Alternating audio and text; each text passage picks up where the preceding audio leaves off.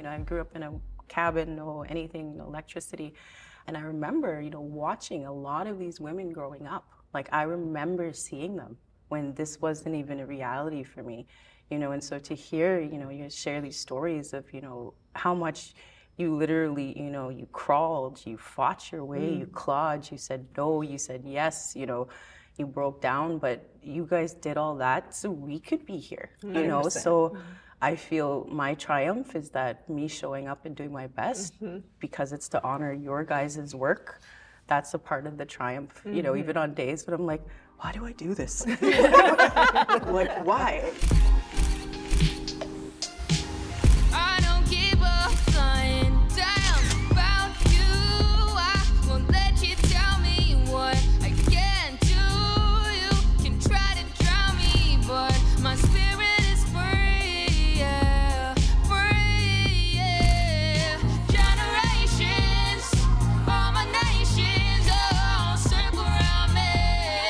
So let's sing about age. Generations, all my nations, all circle around me. So let's sing about age. Welcome to ReMatriate the Lens. So, Kimberly, I'd love to start with you. Who have you worked with and on what project? I've only worked with Tamara. We worked on Outer Range together. We worked on Reservation Dogs together. But I've worked with the Podemsky sisters across the entire span of my career. So yeah, it's been a gift. And then you two have worked together.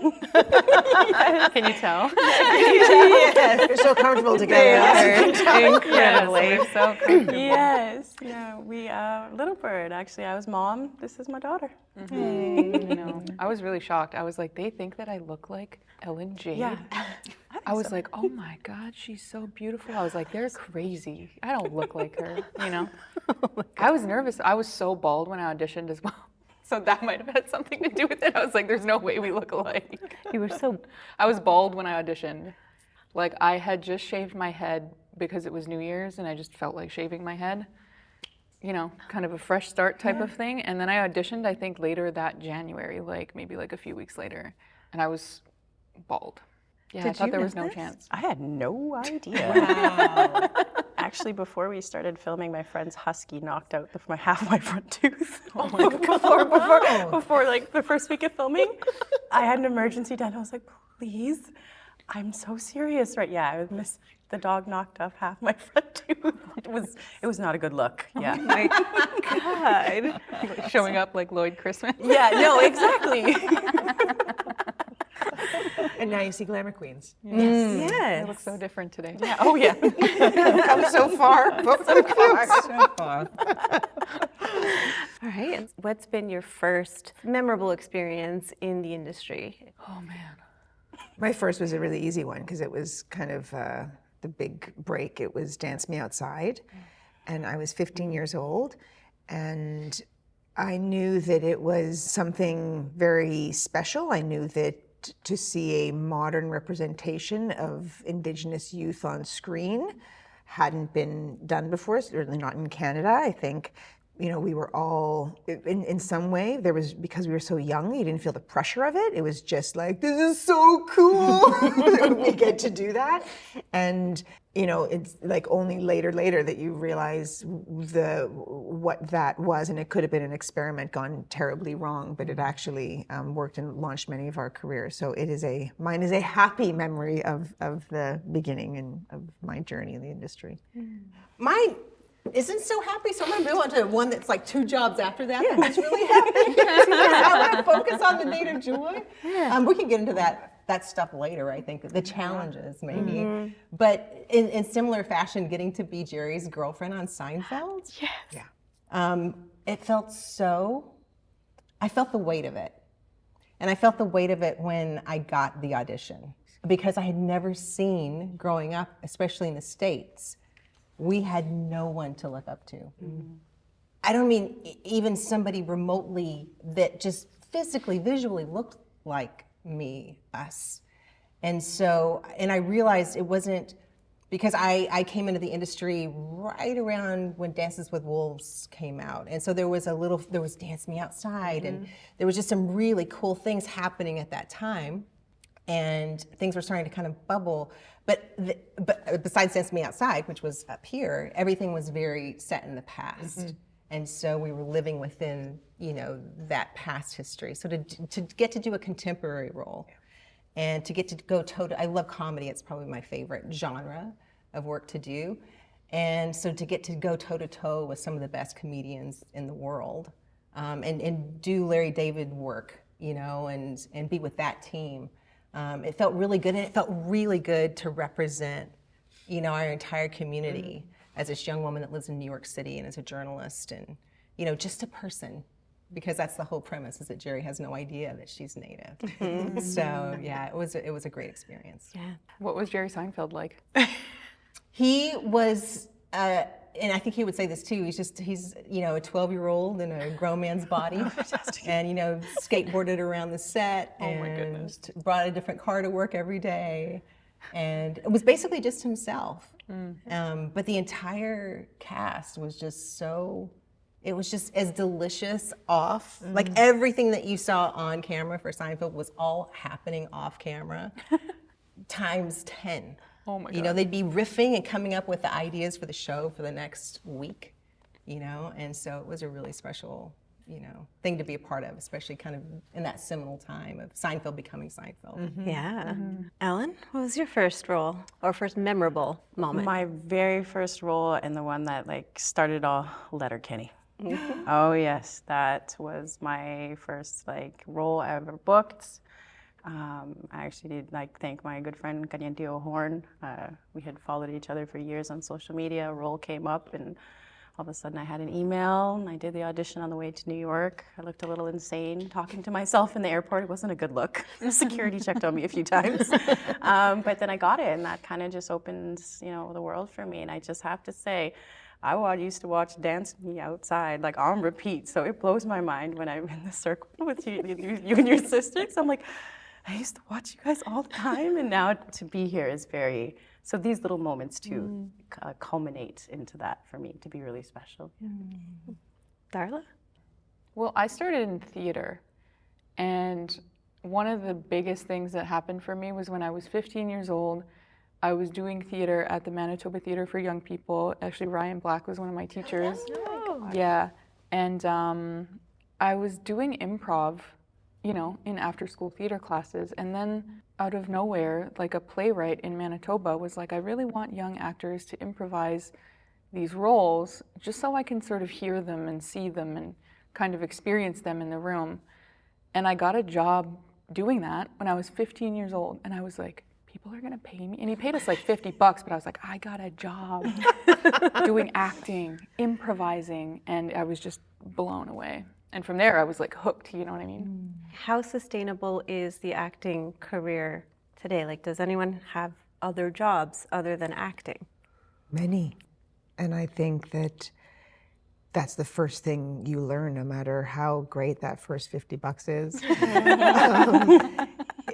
It's unless you really have, and some people do have an unrealistic just rise to into their career, and it's like a trajectory, and it's not at all representative of what the reality is for most of us. But you start honing those other tools right away, and that's the only way to sustain yourself. And it is no different now, 30 years later. They just are different side hustles. At 15, it was the fruit market, which is like the stock market, by the way, because fruit and veg prices changes every day, and you need to be on top of it. But now it's producing, writing, teaching. That's the only thing. The other stuff, the jobs change, but you have to have the other stuff on the side. No, absolutely. It was many, many jobs, from working in a running shoe store. I was working, one of my very first jobs was on a soap opera in New York City. And so I worked at a Native American jewelry store in Trump Tower, which that's a whole nother thing we won't talk about. But it's, yeah, there's always something to sustain. And I mean, I was a regular on a soap opera and couldn't make a go of it in New York City. And so it just kind of carried through. I love working with Native youth. And so that was part and parcel, also started from that soap opera that a lot of the Indian grandmas out in the res in the US watched As the World Turns. Like that was their program. And so they're like, oh, there's an Indian girl on TV, you know? And so they called up CBS, kid you not, called up CBS because there's no cell phone, there's no internet. How they found the number for CBS, I don't know. Get to me and like, will you come to the Lower Brule Reservation in South Dakota and talk to our kids? Aww. And so I just started out, I was just out of UCLA, and I'm like, yes, hop the plane, went to Lower Brule, and I kept going back and back, and then the next res over, like, will you come here, will you come here? But then they had heard my story so many times, we're like, yeah, we've heard this story about me, you know? And like, what can I teach now? I'm like, well, I'll just teach them what I do. And so we started doing our own improv scenes, you know? And now one of my students hires me, Tazba Chavez, from Reservation Dogs fame and many other things, now hires many of us, and she's a director, and I started working with her when she was 14. Wow. So yeah, what I love about those jobs is they all, though, feed into our work and help us bring a kind of fully realized human being, you know, to the screen and to the stage.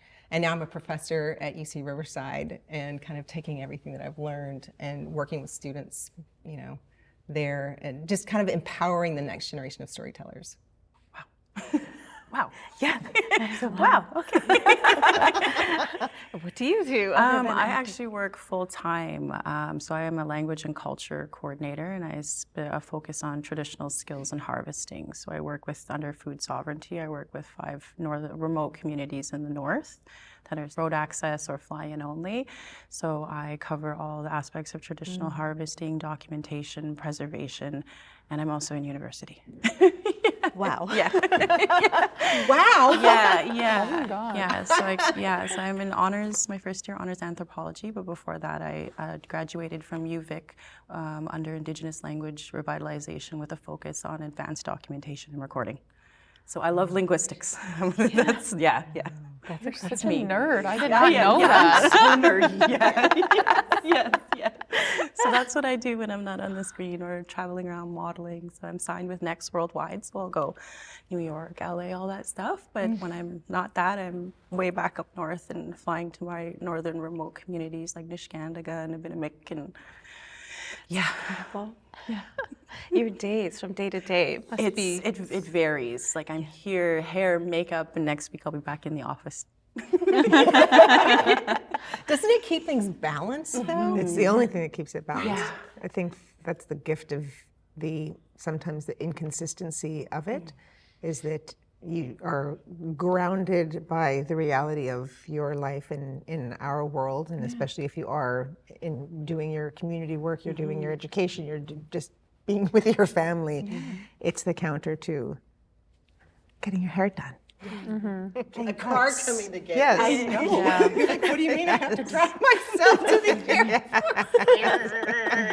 Or the craft services. I'm like, what do you mean I have to cook for myself? I'm like, where's the snacks? I'm Keeps it real. Yeah. Grounds you, keeps you humble. Darla, what else do you do? Most of the time I'm just a mom. I'm also like one of those disillusioned actors and writers who just like tries my best to make it work. And most of the time I'm just like broke and, you know, struggling, doing the real thing. Looking for a job right now, actually like a normal, regular person job. So hopefully that works out. Although I'm trained for nothing. I can act and write. This is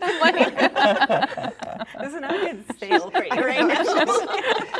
Don't say that on your resume. Yes. Okay. I'm trained in nothing, but I have a wonderful You attitude. say, I've played a doctor. I've played The only thing I've played is a Jewish person on TV. Okay, not transferable. Yeah, so that's pretty much my life. But I spend a lot of time with my daughter, and I just love her so much. So what are some of the main misconceptions that you feel should be cleared up about the work you do? I mean, I'm sure a lot of people don't know about all the other hustles you have to do to keep yourselves going. But what else is there? Usually, I have to spread the word that I am seeking employment. I used to have this joke. I've been very blessed to have roles that have garnered attention and awards, but there is like a streak where I would get an award for these performances, but be so unemployed. And I was like, how is it maybe you're just celebrated. That's exactly but my unemployed. situation right now. I'm getting tons of awards and I Yes. don't have a job. It's very confusing. And so the assumption, and I think that's the biggest misconception, and we know it also from the Oscar, what do you call that? The Oscar curse. You know, it's like the inflation and the over celebration of artists really do us, they put us in a really difficult position, because you don't want to break the illusion. So like currently unemployed, would love a job. But at the same time, you have to let people know, just because I won the award, which was for the job that I did 2.5 years ago.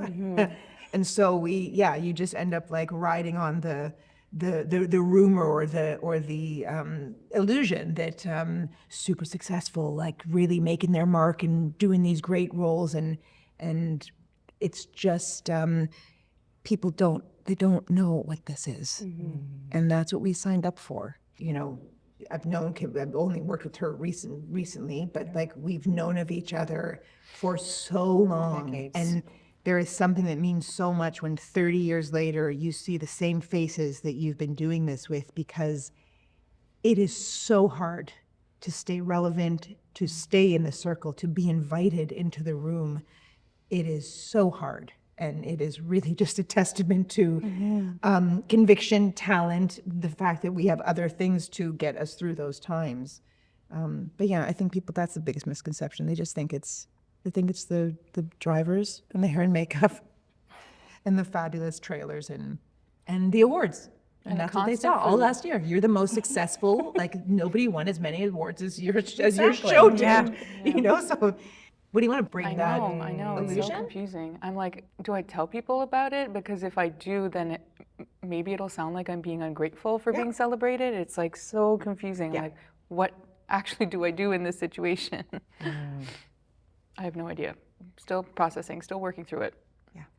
I think that's one of the reasons why this is so powerful, you know, is being able to be vulnerable and kind of breaking that glass exterior, you know, this cult of celebrity and what the appearances of things, but how they are on the inside, you know, how things are really happening. And I think it's important, everyone in the circle understands that. It kind of goes to our first question too, of I think there's a misconception about waiting for the phone to ring and kind of waiting for the industry to find you. Well, I want to do this, but I've seen it from the jump of needing to be in a position where you were creating your own work and you're writing. And if you can't write, you're finding a writer. If you can't shoot, you're finding somebody that can, you know, do your cinematography. Finding teams.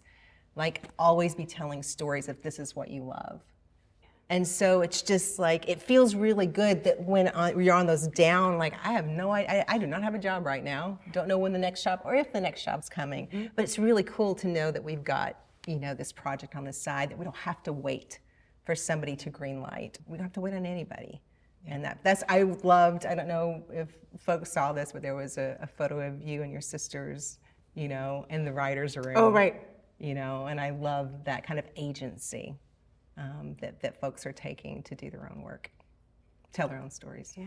Is that something that you were all seeking out? Like, does that pull you to a project so much more when we're making our own stories? You want to be a part of that? Yeah, it does. I mean, the project I'm currently working on with Eva Thomas, it's my first executive producer role, but it's been really different to be on that side, to be involved in a story in such a deeper way, you know, when you're helping develop it, when you're helping being a part of that creative process. One of the bigger misconceptions is that this is easy. It's not easy. It's very demanding spiritually, emotionally, physically, you know, to keep even the good old one more take for safety, you know, like these kind of things. And some days are harder than others. And for me, my biggest conception I always experience is people think it is the 24/7 limos. and that I get to keep everything. Well, I do get to, like, you know, every once in a while we get some good stuff, we get goodies, we get stuff. But no, I don't just get to walk out with stuff. But just people, I guess, the glamorization and not actually the hard work, the tears, the blood, the sweat, the grit, the nights you don't eat, you know, the times that you got $5 in your pocket and you're trying to make it last for a month. So these things that, you know, are glamorized are, you know, challenging. And just, I've even had conversations with people and they're like, yeah, right. Like, just straight up don't believe me, you know what I mean? But then it's all a part of that process of, that's why I think it's so important when we do get to tell our own stories, because it's more real, there's more substance to it. Yeah. I think what I'm really attracted to is, I think there's a way to make every story fun to tell. I'm really interested in the workplace dynamics. I'm very interested in how to create healthy work environments. That is kind of what excites me most about each new project. So even before I'm reading scripts sides, I'm going through the main people who have the most power and control in creating the workspace. I don't care, actually. I don't even look at the script. If those people on top, like, because it is so hard, because there are other ways I can make a dollar, it's not, I'm just at the point where it's not worth it to be disrespected, to see people around me disrespected. So that's what's attracting me to projects right now, of people who excite me creatively, but also can make me feel safe in that we are all gonna make something beautiful together. And there are more people like that. There are. And I think this is, again, one of the reasons why these circles are so powerful, because this is the dissemination of knowledge, right? Which is traditionally how we lived, how we worked. It's what a storyteller did. And was sharing this knowledge amongst clans, tribes, entire regions, you know, entire up and down, right? From Alaska all the way down to South America. And I've never heard it put that way. And so I'm so glad that you said that, because nowadays a person can go on IMDb and go, well, I'm gonna audition for this role, and start to see, well, who are the executive producers? Start seeing what other kind of work have they done. Oh, I'm a full spy. I will call other so people, smart. and I don't care how famous they are. I don't care how revered. I will call somebody else who has worked with those people, and I say, give me the good. This is not to, like, you know, shit talk. Am I allowed to say shit? This is not about You already said talking it. other people. This is about, I need the truth. Yes. Because this is 5 months of my life. My family's affected by this. right. I'm affected by this, and so just a little spy. Yes. Yeah. And what are some of the things that you look for in some of the roles? Like, has anyone gone out for a role that wasn't specifically Indigenous, or do you only go for specifically Indigenous? Well, I feel like that depends a lot on how you come across on screen. Like, some Indigenous people benefit from being racially ambiguous, and some of us look so Indigenous that we can't play anything else. We can't look like anything else. We can't be anything else. So I think, like, a lot of this work actually depends on, you know, how you look and how you present on screen. I didn't realize that I looked so Native until I saw myself on Little Bird. I literally had no idea. I was like, especially, you know, on that show specifically, I spend a lot of time with non-Indigenous people on the screen. I'm like, oh my God, I had no idea. And so are you getting, most of the auditions that you're getting, are they? They're all specifically Indigenous, yeah. Even though I actually am working on a proof of concept myself, because I just want to be a woman. I just want to be a person on screen. Right. Yeah. Growing up in theater, I got to play everything. Yeah. I mean, I think my first role was Amaryllis in Music Man. And I got to be Rebecca in Our Town, and a saloon girl in Paint Your Wagon, and all, you know, just kind of just in my little tiny community theater in Oklahoma. And so I think when I came to UCLA, and it was just like, I'm an actor, I can play anything. My first job was an Indigenous role, playing a Cheyenne woman. The story was about Custer. And then boom, pigeonhole. But the double-edged sword of that was that I had a way in, because at that time they were writing roles, right? Seinfeld would have never come had that not happened. So it's not that I didn't want to go out on roles, but after Seinfeld, I would go in, I would get called to be the attorney or the judge or whatever, and never get a call back. And finally, bless her heart, one casting director told me, I was auditioning for a fairly large CBS show, series regular, playing an attorney. I was so excited about this, and she just fit into my wheelhouse. And I'm like, I got this. Like, I knew I was doing good work, and I knew I inhabited that character. And the casting director pulled me aside afterwards. She had this pained look on her face. She goes, I just need to tell you the truth. You're not going to get a call back, and you're not going to get this job. This was packaged at one of the big agencies. And she goes, but I just want you to know that your work is very good, and we'll try to look for something else for you.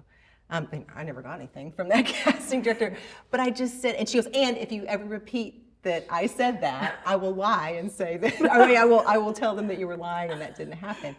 But it just made me feel good because I didn't understand how the industry worked. I didn't understand the show business side of that, right? It's not show art, it's show business. Or, I mean, should be show art, can be show art. And so then my job became, and always was, to go into every single role. And I'm a historian, I studied history at UCLA, and so it was just to bring all of that knowledge and bring my connection to our communities and bring as much humanization as I could to roles, because they would be very two-dimensional, you know, just like their idea of who we are, and kind of bringing a dimensionality, you know, to that. But I think to this point, I think I've only played one other, just a person on Grey's Anatomy. I played a mom. And on Seinfeld. Yeah, she's Native. Oh, I guess so, yeah. Up until that point, you were just a woman, and then at the last second, they switched it on you. Surprise! Was that experience much different then, that Grey's Anatomy versus all the other ones where you got to play an Indigenous woman? No. No, right? Because I'm always going into the humanity of somebody. It's just that with an Indigenous role, and I love Indigenous roles, because I'm a historian, because if I haven't played a nation before, it's like I'm gonna do the work, the linguistic work, and can I bring language into it? You know, can I bring something cultural into this role that I would not know had I not reached out to somebody in the community and found out how would they wear their hair? I mean, down to, or how would they wear a garment, or you know, would they say something like this? Because so many times it wasn't. We're talking about the 90s and the 2000s, and there was nothing in the, at least for us, there was nothing in the 10s, you know. But there weren't Native writers and very few. And so you always were always advocating on set, which is, to your point, Tamara, is just understanding who's at the top and will they listen is crucial. I do want to, I mean, not that I know how any of this is going to turn out, but I think you should believe that you can do that. Here, here. There are, and I'm only because. Oh, but you're going to make me cry. No, I'm experiencing it for the first time in my life. This year of work were 4 roles that were not Indigenous specific. They were not racially specific, for the only reason of one is like 2,000 years in the future, so nobody looks like anybody's meant to look, and we're all just crisscrossed with each other. But it was a freedom, and I've never had, and it is beautiful, and it is possible. And the other ones, what's so interesting is when you do finally get that opportunity to show up as just a woman, as a mom, as a friend, as whatever that is, you then bring all of your stuff to it. And they end up being Native anyway. That's right. But it's because of you, and it's on your terms, you know? Yeah. And it's what we've been working for. Yeah. It's what we've been working for. So Why is there you no can do tissues on that. this table? I'm sorry. I don't want to get the dress dirty, and I don't want to ruin my makeup. But it's all happening right now. Yeah. What about you, Ellen? Do you look specifically for Indigenous? I get a mix of both. Yeah. I get the ethnically ambiguous stuff, and then I also just get the Indigenous stuff too, because I look both, but then if you change my hair a bit, it can, so I get both, even for modeling as well. I tend to be described as ethnically ambiguous, so that's just my moniker when I'm doing the modeling thing. So it's, I kind of get a mix of both, which is refreshing. I've only ever played Indigenous roles so far. I've played other Indigenous nations, which, you know, very much respect. I always got to do the research linguistically, how they sound, everything like that, to offer as much, you know, integrity and respect to the nation as I can. Because I'm not gonna lie, sometimes I feel a little weird. I'm like, I'm not Mohawk. Do you know what I mean? Like, but I'll ask my friends, you know, is this okay? Is this how you do it? So kind of seeking, I guess, that permission from the nation is part of the work too that we have to do off screen. Because that would be a fear of mine to get called out and be like, that was terrible. You know, like, we know you didn't do your work. You just kind of went with what the writer. And oftentimes I find a challenge too is some of the stuff that comes from the writers is not from a lived experience, or it's from stereotypes. So there's been times where, you know, I've had to be like, no, we're not saying this, or this can't be played this way. That's racist, you know, and also having that strength, you know, when you're in these spaces to call that out, to be like, that's harmful. We're not perpetuating this. I think that's another misconception about what we do, specifically as Indigenous actors. We have to, that responsibility, a white actor, can I say that? Yeah. Can show, like, I don't even know what it is like to show up to a job where you just have to say the words. I don't know. It must be fun. It must be nice. It must be nice. But we have to show up with everything that you're speaking about. That is, it's exhausting. It's exhausting. It is a responsibility that we cannot ever escape. There are some, not all Indigenous actors choose to take on that responsibility, but for many of us who do, it's inescapable. So we're not just showing up with the lines. All of that work and the relationship building that has to continue to be present and you're engaging in, because you can't tell these stories without checking in with your peeps. Protocol is very much in reality at all times. And so I do think that you're right. That is probably the difference in that one Grey's Anatomy role, is I didn't have to do that work.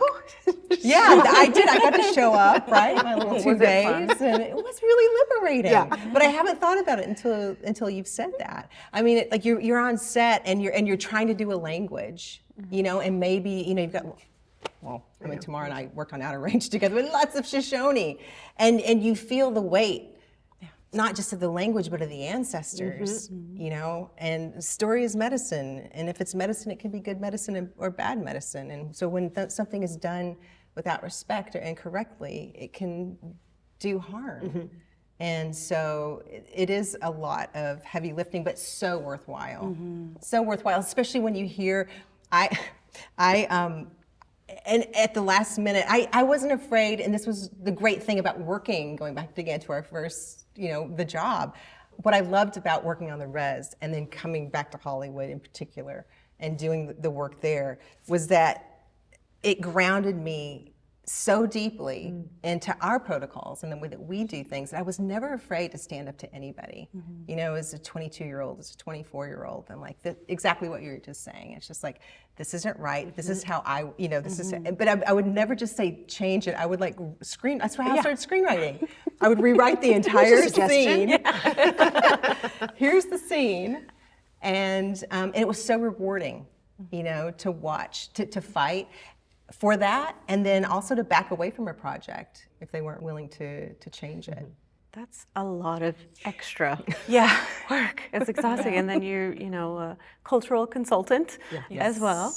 It's a heavy weight you guys all carry. But from carrying that weight, what are some of the triumphs that you have encountered from those moments? I think triumphs are really interesting because the assumption is that they're the things that you see on screen. And those are just so fleeting. When you're on set and you look around at crew and you're seeing your people there, and this is even just, let's say, a diverse representation, like that to me is one of the triumphs of where we have gotten to in the writer's room, the directors, the producers, to see more of us filling this space. I feel so lucky to still be around to witness that change. And it's very interesting because you see the real young ones come up. Like, you guys have no idea what this used to be like. And like, forget, you know, being a person of color or just an invisible person, but like even just a woman in these spaces. So I feel so happy for the young ones who are coming into this, but that's a triumph. I will say what we did on Outer Range in season 2, it's really sad because in critical acclaim. Not sure if it was noticed that way in popular commercial success of numbers. Not sure in Emmy world. This stuff all just got overlooked. But what we did on the ground with employing more Indigenous actors, background performers, stunt people, speaking roles, right? Like, because there's one thing of like, you guys had all these people and we did a whole village, but these are speaking roles. These are our craftspeople, our wardrobe, our language speakers. In one Instagram post, I did a list of the numbers of what we did on Outer Range, and it is unmatched, because even Reservation Dogs, as incredible as what they were doing, it was still a pretty small, low budget, half-hour show.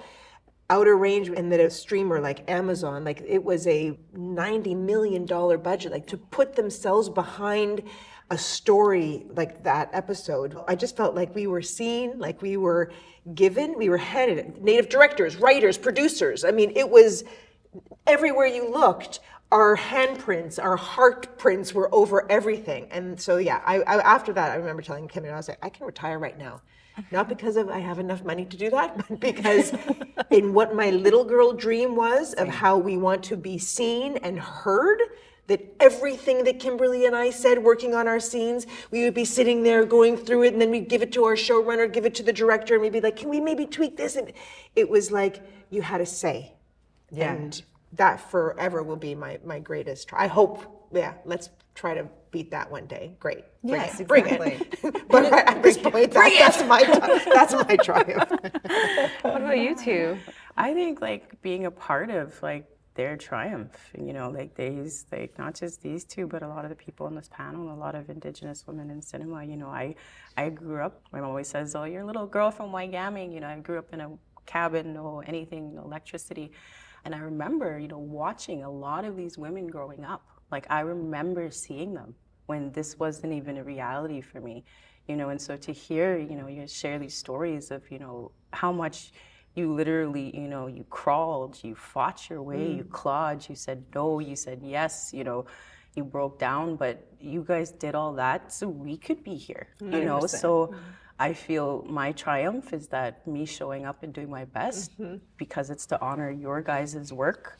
That's a part of the triumph, even on days when I'm like, why do I do this? Why do I do, why do I do this? But my triumph is to continue that legacy and be a part of that legacy of, all the ones that have come before us and, all the little kids that are back home that are still watching or people that reach out and say, hey, my kid is interested, so that's my little triumphs where I just walk around as myself. I don't ever think of myself as any of the stuff that I do, but when people come up to me with that recognition, that's little things like that for me, those little moments, and I'm like, oh, you actually watched that? Ever cool. Yeah. You saw me in that magazine? Yeah, I was like, oh, you saw me? Ever cool, And then so for me, that's part of my triumphs, like the getting up every day just because I know these two are getting up every day and grinding, So that's my triumph is shared with other Indigenous women in this industry. Beautifully said. Beautiful. Right. I agree. Ditto. Pretty much said it all. She's not gonna cry. Don't cry. I know, I'm gonna cry if I talk about it. Let's move on. Let's talk about something else.